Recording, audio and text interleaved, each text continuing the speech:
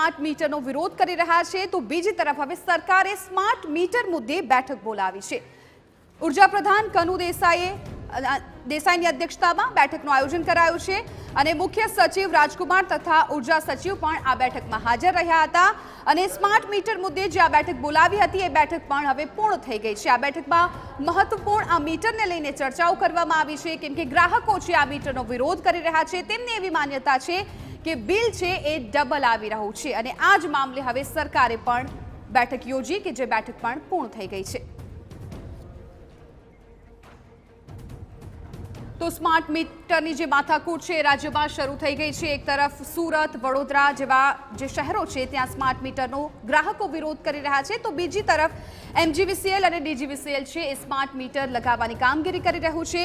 ક્યાંક smart meter છે એ વધુ બિલ આવતું હોય તેવી ગ્રાહકો ફરિયાદ કરી રહ્યા છે અને એવો એક કિસ્સો પણ સામે આવ્યો છે કે જ્યાં એક ભાડુઆતનું બિલ છે એ 2 મહિનાનું બિલ 9 લાખ કરતાં પણ વધુ આવ્યું છે અને આવા જ કિસ્સા સામે આવ્યા બાદ ગ્રાહકો છે એ સ્માર્ટ મીટરથી ભાગી રહ્યા છે।